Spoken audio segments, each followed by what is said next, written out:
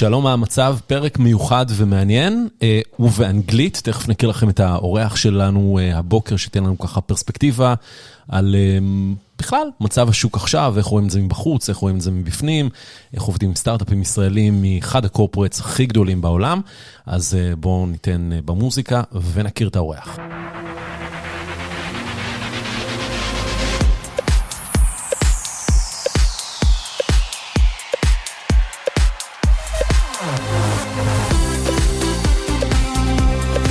So good morning to Kellen O'Connor. Hi.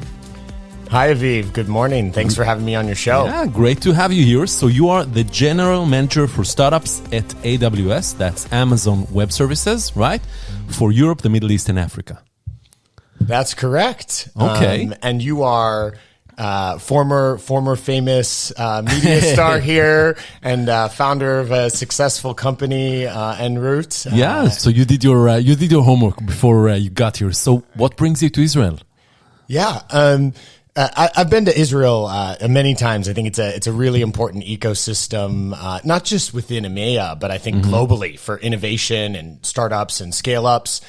This particular trip, I came to meet with our customers and see how we can help accelerate their business growth even more. As well, we have a really strong partner in the ecosystem, which is Team 8. You may know them. They're building companies. They're investing in companies, led by Nadav, I think former commander of 8200. And they organized a really unique event that I just got back from, which is they brought a whole bunch of founders from early stage to large successful exits out to the desert. So we were on the shores of the Dead Sea. Oh, nice. For 2 days. It was an unconference, real talk, able to have some really open, deep conversations about what it takes to build great companies, sharing lessons learned, failures, and overall just trying to make connections and set those entrepreneurs up for even greater growth to come. So what is AWS for startups? So AWS for startups, the history of it really goes back to when we first launched AWS.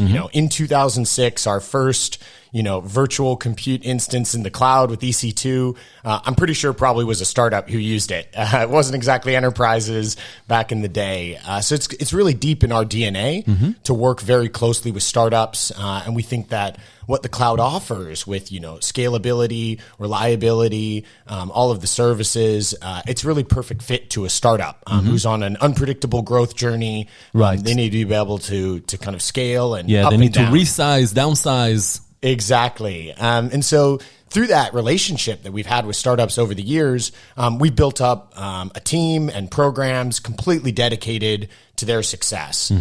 So we have dedicated solution engineers, account managers, folks in business development and marketing, who many of them come from the ecosystem. We have many former founders and former investors in the team, former startup operators. They really understand the startup DNA and journey. And their whole job is to enable them with the cloud technology of AWS, as well as to be a business partner to startups, helping with their revenue acceleration, their sales cycle, their go-to-market strategies. Those teams are all around the world. We have a large one here in Israel. And then they've got a number of benefits that they can offer in terms of the partnerships, co-selling to the wider AWS customer base, as well as credits. And we're investing a lot there. Right. I can tell you that Enroute, my startup, enjoyed lots of credits when we started. Now we're paying you guys, but we built all of our infrastructure on top of AWS. So, I'm glad to hear that. I mean, it's... I'll give you a number. We've invested over $2 billion in the last 2 years alone in cloud credits for companies to get started at no cost on AWS. Okay. And I hear from your accent you're from the US, right? Yeah, that's originally, correct. But you live in Sweden from your LinkedIn. That's correct. Okay. Israel has better weather, right? They do. When I left home on Monday, it was negative 5 degrees, snowing. They had to de-ice the plane. So it was quite a treat to land, pop on a T-shirt, and head straight out to the desert and the Dead Sea. Fantastic. And you're traveling all over the world, right? That's correct. Yeah. So whilst, as you said at the beginning, my area of responsibilities across EMEA, we have a global team. So I'm regularly in the U.S. and often get the chance as well to meet startups from around the world. which, to bring that back to Israel, it's one of the things that continues to impress me is how much Israel is in a leading position globally. Just look at an industry like cyber and some of the companies that have been founded here, Sentinel-1, Wiz.io, Orca Security, who are industry leaders coming out right here in Israel. How many times have you been here since you started this position? Yeah, I think this is my 4th time visiting since I've started in this position, and I'll be back again in 8 weeks. Tel Aviv is a horrible place, right? I don't think I could agree with that statement there. All right. So I checked your LinkedIn profile. You've been in Amazon and a whole for quite a while. So tell me, how did you start your career in the tech industry? Yeah, absolutely. So it was a little bit of luck and chance. Back in about 2007, I met a friend when I was in my university days who'd had an internship at Amazon. Very different company back in 2007. Right. Mostly a bookseller. They expanded into a few other categories, but they were still known for books e-commerce. Right. And I was able to follow in this friend's footsteps, get an internship. One thing kind of turned to another. And I joined Amazon full time after I graduated from school, and been really fortunate. I had a chance to be on the ground floor of a lot of our businesses. I was in our music team as we moved into the digital space and built the foundations for what became Prime Music and our Music Unlimited streaming service. Then I moved to Europe, where I helped launch the Prime Video service in Europe. When I moved, we didn't have anything. We'd acquired this company called Love Film. You may have heard them. They were a little bit like Netflix in Europe, and rebranded that and launched it as Prime Video. And that was the basis for your video streaming service, right? Correct. Yeah. And so that became now a global video service with Prime Video. And then, I've been working with startups the last few years in AWS. Where are you originally from in the US? I'm from Seattle originally. Okay, so it's a local, It's a family business, basically. Absolutely.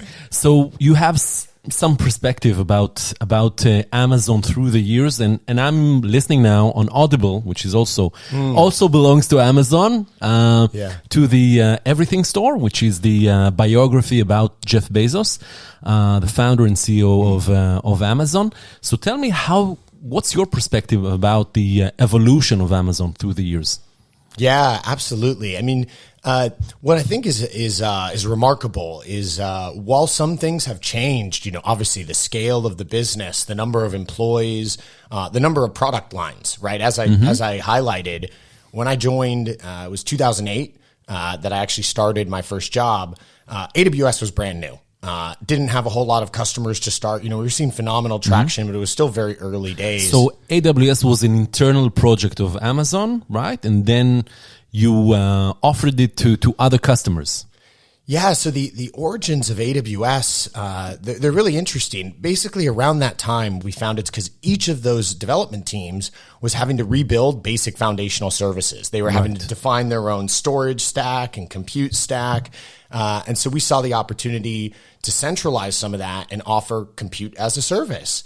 And through that conversation and exploration with Jeff Bezos and Andy Jassy, who became the founding CEO of AWS, we realized if we're having this problem at Amazon, other companies must be having this problem. And so typical Amazon style, we wrote a 6-page narrative and PR FAQ around that, which is one of our mechanisms that we still use today. Yeah, you don't do slideshows, right? No decks. Everything is written on on a document. On a hard white piece of paper. And so, that led to the launch of AWS. The customer feedback and traction was phenomenal. Launched with just a couple services to start, and now we've got 200 plus of them. So it's been quite a journey. So that's AWS. But as a whole, you started with music, you moved to video. What else did you see that Amazon became such a huge business with lots of departments? Yeah, absolutely. I think the thing that people sometimes think of Amazon as a company that started out in e-commerce and then expanded its product lines. And I think that's maybe not the right way to think about it. Amazon at its core was always a technology company, first and foremost. we were trying to build technology that could improve the customer experience. We just so happened to pick books as the first place to start.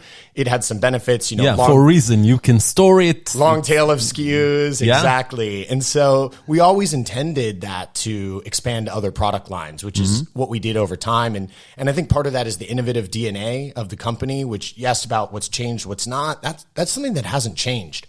And we have this set of leadership principles, which really drives us. They're deeply embedded to the culture, how we hire, how we promote people, how we even talk in meetings. And one of those is about think big. And it's, leaders have this bold vision, they take risks, and they really think to the long term. And that's really been one of the things that's driven us to continue to innovate, paired with relentless customer obsession. If you listen to your customers, one of the things Jeff Bezos has said about customers is they're always a little bit dissatisfied. Right. And I know that from coming to Israel, where folks are very outspoken and they'll give you very direct feedback. So going back to your work, so how do you work with startups? Let's say I'm an early stage startup. How do you usually work with entrepreneurs? What do you offer them? Absolutely. So in a nutshell, what we're offering is long-term business partnership. And I know that word can be a bit vague, so I'll break it down, but that's really how we think about it. We want to help you in every aspect of your business you can, and the earlier, the better. My ideal engagement is with a founder who hasn't even started building yet. They've got the idea, they're ready to go. Because we can make a big difference then. And, we talked about the credits. Obviously, the technology itself is just a perfect match for startups. The scalability, the number of services means that you don't have to hire a bunch of DevOps engineers. You can operate really lean team. And we're just trying to democratize that access to, by the way, the same technology that the world's largest companies are using, Fortune 100. Yeah, I know Netflix is built on AWS and other services. Yes. Yeah. Netflix is obviously a very marquee customer.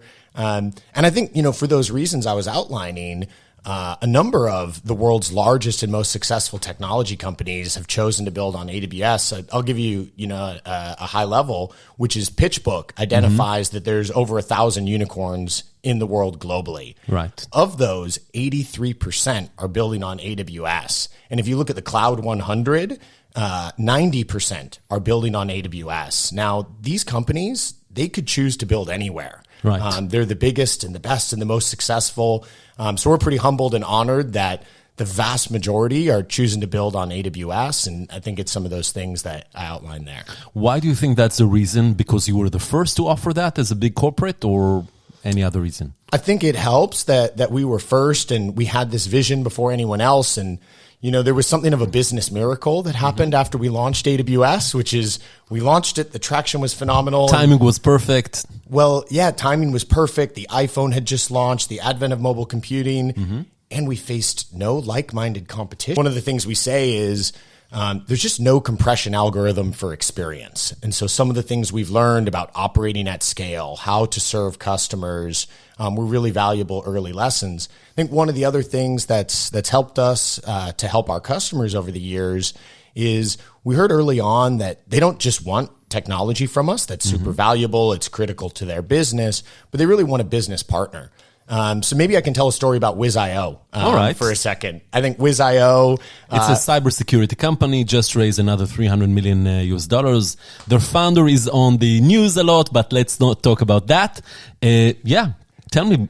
Absolutely. So you gave a good intro to them. I think other relevant is they were founded in just 2020 and already valued at $10 billion as of this week. Right. So incredible journey there. We're obviously providing a lot of the AWS cloud services and technology to them, but perhaps equally or even more important has been our business relationship. From the very beginning, we were working hand in hand with Wiz to help develop their product, create native integrations to AWS products so their end customers could use it earlier, or could use it easier rather. and then co-selling them into the wider AWS customer base. And that includes Fortune 100 companies and companies across the stack globally. Obviously, a big business in the US, but that's a global relationship. And their head of partnerships and alliances has said that, over 60% of their transaction volume across their global customer base is being piped through the AWS marketplace as a sales channel. And the reason for that is they find that when they do that and partner with AWS to close deals, they close faster and they close at a higher contract value. And that's been instrumental to some of their growth. So we're happy to have played a small role in what's been a phenomenal success story out of Israel. Any other success stories that are like nice, amazing, interesting from Israel or elsewhere? Yeah, absolutely. One of the areas that I think it's super strong here in the Israel ecosystem, and it's just near and dear to my heart, is in healthcare. So we have been working for a while with a company called AI Doc. And what they do, they're in the healthcare space. They do image analysis. So you do patient scans, maybe an MRI, and they can do AI-assisted analysis of that, which helps to recommend treatment options far faster. Why does that matter? Well, if we can bring treatments to patients in real time or, shortly thereafter, that's faster time to recovery, to treat the root cause of whatever may ail them. And that results in better patient outcomes. And as a result, AI Doc is being used in over 1,000 hospitals globally, which is literally saving lives. So just a phenomenal company. And those workloads are very compute intensive. And we work very closely with them on the AWS side for some of those machine learning and the models required to provide that service. So how do you see this era in regard to both the economic challenges, and there are lots of economic challenges, and also the trends in tech? Yeah. Well, first thing I'd say is it's not the first time that tech has gone through some economic challenges. And, sure. You could go back to the dot-com bubble. Maybe more recent history is, 2008 and the global financial crisis. And the reason I'm talking about this is, they often say history doesn't repeat, but it rhymes. So it can be useful to look at. And in 2008 and around that time, yes, it was hard times, but we also saw a phenomenal number of very successful companies getting founded or scaled up. I mean, the whole sharing economy, Uber and Lyft and Airbnb. Right. By the way, Airbnb, great story of their journey with AWS, were all founded in that time. And so the reason I point that out is, yes, we can all see the stats, venture funding, big dip last year, particularly in the second half.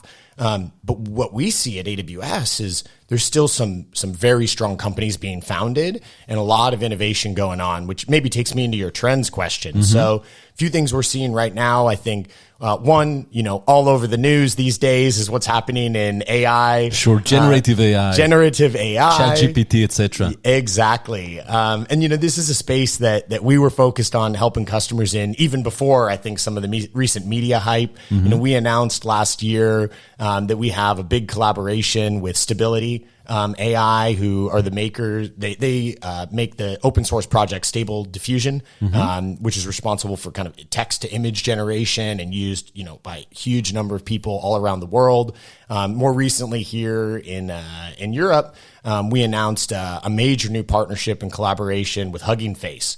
Hugging Face? Yeah. What a name. A Hugging Face. It's actually named after the little emoji that you can have on your phone where there's a little hugging face. And what they do is they're the world's largest repository for open source ML models. So you can kind of think of it as like GitHub for ML models. ML, machine learning, right? Yes, ML, machine learning. And our partnership with them is really around supporting that open source, which we at AWS really believe that, a commitment to open source is important. It's something that's going to drive a better future, particularly for AI, which, many people are talking about how to develop responsible AI. And we think having that open source and a community around it, more people looking at these models and thinking about them and having an open discussion is better. And that's a vision we shared with Hugging Face and the CEO Clem over there. And so we're really excited. We're going to help them train some of their big new models and support that company going forward.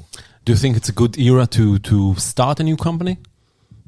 Absolutely. So that's, I think, look, as I was saying, with the last financial crisis, even with COVID, right? There were some hard times, and then there was a real rebound, and we saw huge advances in healthcare and ed tech and remote work. You know, a company we've been working with like Miro, for example, that does, you know, remote whiteboard sharing and remote collaboration.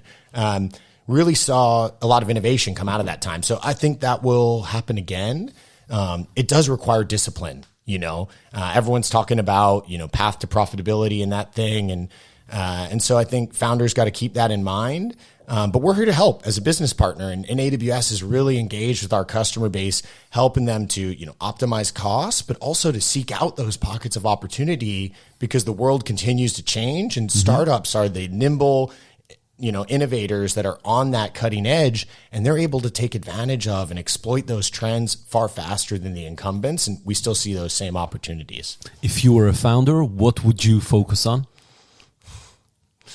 So I think, you have a very good position because you're seeing all the cutting edge technology as, you know, being the one of the, a team member at AWS that works with early stage startups. Yeah, certainly the world of AI and ML is pretty interesting, but I don't have a degree in computational neuroscience. I know you got a few of those folks here in Israel. Quite a few. So one of the things I would lean to instead, because it's near and dear to my heart, is in the world of clean tech and sustainability. Right. You mentioned I grew up in Seattle, and so I've spent a lot of time outdoors in my life, and I live in Sweden, which is some great. And I just think that climate change is it's potentially the challenge of our generation, and a lot of problems out there in the world and inequality and different things, but it's hard to imagine any of them that aren't made worse by a world where extreme climate change happens, and that is happening around us. And so I feel pretty mission driven in that space. And that's one of the reasons, you know, I enjoy my role at Amazon is we're also in a position that we're helping a lot of those companies to grow and be successful while building businesses around making a difference. You got, where I'm based in Sweden, Northvolt, who is valued in the billions of dollars, and they are the largest maker of electric batteries, which is super important, whether it's capturing the energy generated by solar or powering a new EV electronic vehicles industry. They're built on AWS, and we're doing some great work there, as well as AWS itself. Amazon, I think just this last year, became the largest purchaser of renewable energy, non-governmental, in the entire world. And that's because we're committed to powering our operations 100% by renewable by 2025, as well as getting to net carbon thereafter. So you said earlier that it's your fourth time in Israel. So what do you think about the Israeli ecosystem? Yeah, I think I mentioned earlier, high level, how phenomenal it is, but I'll break down why that I think that is. And you live in a startup hub. Sweden is also a powerhouse for innovation. Absolutely. I mean, they've had some pretty big successful companies come out of the Nordics, not in Sweden, but if you even think way back in the day, you know, Skype came out of the Baltics, and then you had the whole Skype mafia. I think you've seen some of those same factors here in Israel, where there was these early successful companies, and those founders have gone on to be angels or repeat entrepreneurs. So I think, you know, success begets success in many cases. And then there's the unique things about Israel. So I think the sense of camaraderie, everyone here wants to help each other. You know, even competitors are talking and sharing, and that sense of brotherhood and sisterhood. I think it even goes to the national security situation. A small country, not a very large population, and you know, sometimes constraints breed creativity, as we say at Amazon. And I think Israel has certainly seen that, where it's leaned into tech as a way to grow, and that's become really important to the national economy. I think there's been reports that something like 45% of the growth in GDP in Israel over the last 5, 6, 7 years has been driven by the high tech sector. So it's definitely a great success story. So you talked earlier about how you work with startups, but you're also working with a larger ecosystem, right? How do you manage that? Yeah, I think what we recognized at AWS is ecosystem is the key word. It takes a tribe, it takes a village, as they say. And while we're trying to do our part with AWS, there's many others also invested in entrepreneurs' success.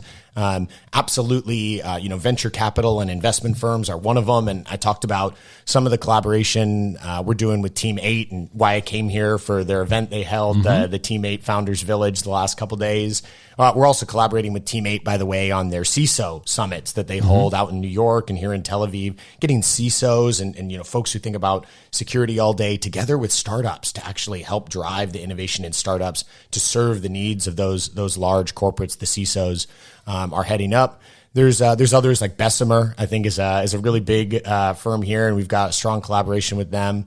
And then, it even goes into things that we've done with large corporates and the Israeli government. So one I'd love to share is there's a project called Aeon Labs here, which is based on a consortium that we formed, AWS, the Israeli Innovation Authority, and 4 large pharma companies, which was Pfizer, AstraZeneca, Merck, and Teva. And what we're doing is we created a... Teva is Teva for our Israeli listeners.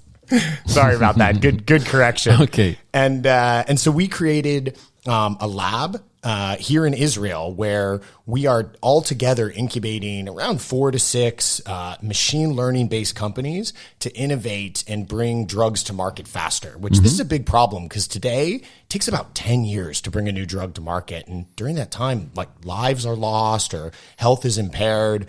So all of these companies, and AWS included, felt a real sense of mission around this. And we're providing funding to these startups as well as even, a wet lab to do like actual biology work paired with all of this high performance computing. And that's been pretty successful. And we've seen a few companies in that process already and many more to come out of those labs. So if I'm an early stage founder, let's go back to the founders, and I want to build something, what should I do? Who do I connect with at AWS? Yeah. So I think the best thing to do is to, find the local AWS team, and reach out to them. And we will make sure you get connected to the right person. We have, one of the things that we've been very intentional, we have, folks working with companies at every stage. So the world's largest unicorns, but all the way back to that idea stage, as I talked about. So, if you reach out to us, there's a home for you. We will find someone. Lacking that, you can always reach out to me. People do all the time on LinkedIn, and I direct call the email, Kellen.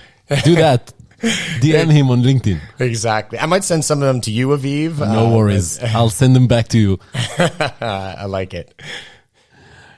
So what do you see, in regards to the near future for the Israeli ecosystem from the last few days that you were here?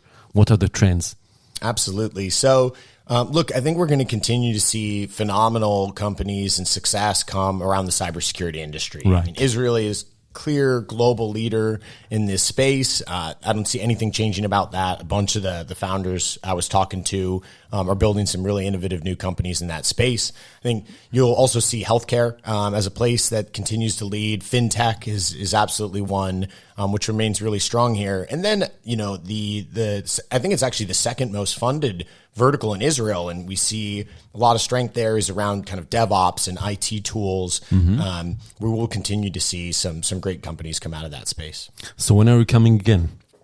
I'll be back in 8 weeks. And wow. And that's for the little plug for the AWS Summit here in Tel Aviv. Everyone should make sure to get out there. You can hear from AWS, but also critically, a lot of our customers who are building just incredible products, happy to tell their stories, as well as our partners. And I'd be remiss to say, we don't do this alone. We've got a lot of consulting partners and technology partners.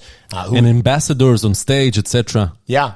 Absolutely. As I said earlier, it really takes a tribe and a village. And one of the things I appreciate, it's true globally, but especially in Israel, is that sense of community where everyone is trying to invest in each other's success. Amazing. So Kalen O'Connor, the General Manager for Startups at AWS Europe, Middle East, and Africa. That's EMEA. Okay. Thanks a lot for joining us. Always happy to have interesting people also speaking in English for our humble podcast. So thanks so much, and enjoy the rest of your time here in Israel. Absolutely. Thank you, Aviv. It was really my pleasure. I appreciate you having me on, and time flies when you're having a fun conversation like this. Look forward to the next one. Thanks a lot. ועד כאן פרק מיוחד של 30 דקות או פחות, עם קלן אוקונור, שמנהל את כל תחום הסטרטאפים ב-AWS כאן, בכל האזור שלנו, אירופה, המזרח התיכון ואפריקה. עד כאן הפרק שלנו, אנחנו זמינים בספוטיפיי, בכלכליסט, בכל מקום שאתם מאזינים בו לפודקאסטים. אהבתם את הפרק עם קלן, אז קלן הזכיר את טימייט, שיש להם שיתוף פעולה איתם, אז תחפשו פרק עם שרית פירון, אחת המשקיעות בצוות של טים 8, וכל סיפורי ההצלחה שהיא ליוותה לאורך השנים. ואם אתם כבר מאזינים לנו, אז ככה תפרגנו לנו בכמה לייקים, ותעשו סאבסקרייב, ואולי תשאירו איזו תגובה. אנחנו תמיד שמחים לשמוע מכם פרק נוסף של 30 דקות הפחות, ממש בקרוב. עד כאן, ביי ביי.